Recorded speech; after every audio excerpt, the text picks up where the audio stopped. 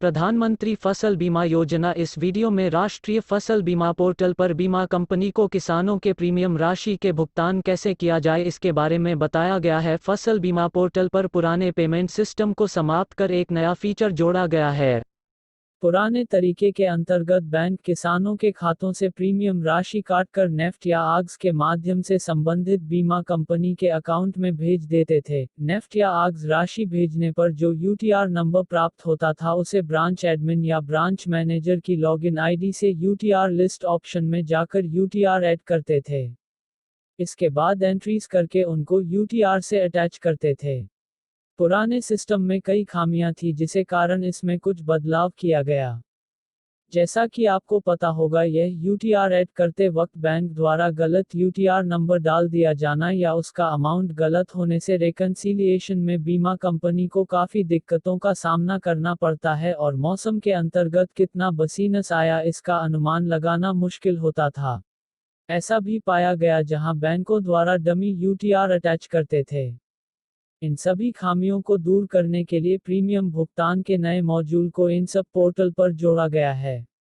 नए payment system अंतर्गत एनसिप portal पर पेमेंट गेटवे पेगव के द्वारा भुगतान कर सकते हैं। अन्य कोई भी माध्यम से पेमेंट स्वीकार्य नहीं होगा। इस पेमेंट सिस्टम को 30 जून 2020 से एनसिप पोर्टल पर लाइव कर दिया गया है और खरीफ मौसम 2020 से इसी माध्यम से कृषकों के प्रीमियम का भुगतान होना है।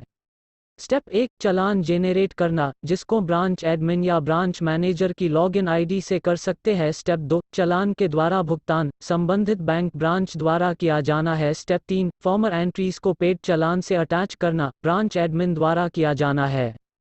सबसे पहले आप चालान जेनरेट करेंगे, उस चालान के द्वारा कृषक प्रीमियम का भुगतान करेंगे। प्रीमियम पेमेंट होने पर प्रीमियम राशि वॉलेट में दिखने लगेगी। बैंक ब्रांच द्वारा कृषकों की एंट्री एनसिप पोर्टल पर करना है। कृषकों की एंट्री को वॉलेट राशि से अटैच करना है। सबसे पहले आपको ब्रांच एडमिन या ब्रांच मैनेजर की लॉगिन आईडी से लॉग इन करना है। फिर आपको पेज पर पेमेंट ऑप्शन दिख रहा होगा। ऑप्शन पर क्लिक करते ही 4 ऑप्शन और दिखाई देंगे, उसमें आपको create declarations and generate challan पर क्लिक करना है। आप जैसे ही इस टैब पर क्लिक करेंगे आपके लिए इस तरह की स्क्रीन ओपन होगी। अब आपको यहां पर करंट सीजन ईयर स्कीम और संबंधित राज्य की जानकारी को फिल करना है। इसके बाद जिले के नाम को ड्रॉप डाउन मेनू से सेलेक्ट करें। यहाँ पर जिले को सेलेक्ट करते वक्त ध्यान रखें कि यहाँ पर उस जिले का नाम सेलेक्ट करना है जहाँ पर किसान की जमीन है, न कि किसान के आवासीय जिले का नाम। साथ ही सुनिश्चित कर ले कि ये जानकारी भरते वक्त किसानों की संपूर्ण जानकारी को एक्सेल शीट में तैयार कर रख लें, जिसका इस्तेमाल आप यहाँ करेंगे। ऐसा करने से गलती होने की संभावना कम रहेगी। जानकारी भरते ही किसान की प्रीमियम राशि ऑटो कैलकुलेट होकर स्क्रीन पर दिखने लगेगा। अगर किसी भी जिले में एक या उससे अधिक फसलें अधिसूचित हैं तो ऐड टू टेबल बटन पर क्लिक कर दूसरी फसल की जानकारी भर सकते हैं। जानकारी भरने के बाद स्क्रीन ऐसा दिखेगा। बीमा की जानकारी भरने के बाद स्क्रीन पर नीचे की साइड 2 टैब आ जाएंगे, डाउनलोड, डिक्लेयर समरी और सबमिट एंड जनरेट चालान। आपको submit and generate challan tab पर क्लिक करना है। क्लिक करते ही स्क्रीन पर दर्शाई गई स्क्रीन आएगी जिसमें आपसे चालान जनरेट करने के लिए कॉन्फर्मेशन मांगेगा। दूसरा, बैंकर्स को अगर चालान कुछ समय बाद में जनरेट करना है तो सेव डिटेल्स बटन पर क्लिक करेंगे। ऐसा करने से डिक्लेरेशन व्यू सेव डिक्लेरेशन अन जनरेट चालान के ऑप्शन में दिखने लगेगा। जनरेट चालान बटन पर क्लिक करने पर आपको पेमेंट गेटवे पर रीडायरेक्ट कर दिया जाएगा और स्क्रीन पर दर्शाई गई स्क्रीन आपको दिखने लगेगी। स्क्रीन पर आपको पेमेंट करने के लिए कई ऑप्शन दिखेंगे जैसे credit card, internet banking, NEF और कंज्यूमर फाइनेंस। ध्यान दें, यहाँ पर आपको सिर्फ नेफ्ट और आरटीजीएस ऑप्शन के द्वारा ही पेमेंट करना है और मेक पेमेंट बटन पर क्लिक कर देना है। क्लिक करते ही स्क्रीन पर दिख रहा चालान जेनरेट हो जाएगा। इस चालान में बेनिफिशियरी नेम नेफ्ट आरटीजीएस राशि, beneficiary account, no beneficiary IFSC and beneficiary bank की जानकारी रहेगी। इस चालान में एक ईमेल इट का ऑप्शन है जिसमें बानकर अपनी ईमेल लिखना है और चालान की कॉपी उसके ईमेल पर सेंड हो जाएगी। चालान जेनरेट होने के 2 दिन के अंदर ही आपको पेमेंट करना अनिवार्य है। साथ ही चालान की कॉपी को आपके पास सेव करके रखना है। जनरेटेड चालान को आप जनरेटेड चालान लिस्ट ऑप्शन पर क्लिक कर देख सकते हैं। क्लिक करते ही इस तरह की स्क्रीन सामने आ जाएगी जहां पर आपको पेमेंट डेट और पेमेंट स्टेटस को देख सकते हैं। आपको बताना चाहिए कि पेमेंट डेट चालान जनरेट की डेट ही स्क्रीन पर दिखेगी, चाहे आपने पेमेंट एक बार किया हो।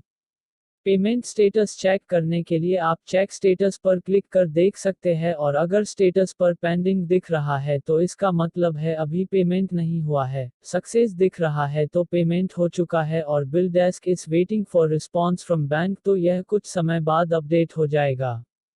अब जो चालान अपने सेव करके रखे थे बाद में पेमेंट करने के लिए, उनको आप view save declaration and generate challan पर क्लिक करेंगे।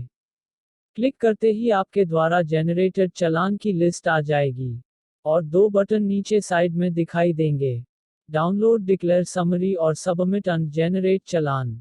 जनरेट चालान पर क्लिक करते एक कॉन्फर्मेशन स्क्रीन आएगी और आपको जनरेट चालान पर क्लिक करना है और क्लिक करते ही आपको पेमेंट पेज पर रीडायरेक्ट कर दिया जाएगा, जैसा कि ये हम आपको पहले ही बता चुके हैं।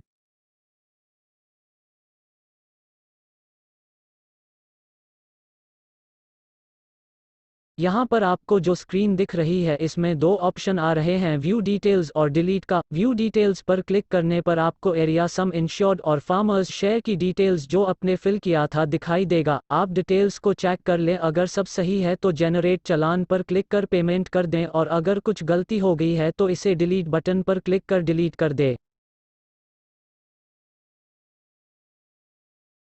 जिन चालान का पेमेंट हो गया है उसका राशि फसलवार वैलेट में इंश्योरेंस कंपनी वाइज दिखाई देगा। चालान पर लिखी सभी टर्म्स एंड कंडीशंस ध्यानपूर्वक पढ़ लें।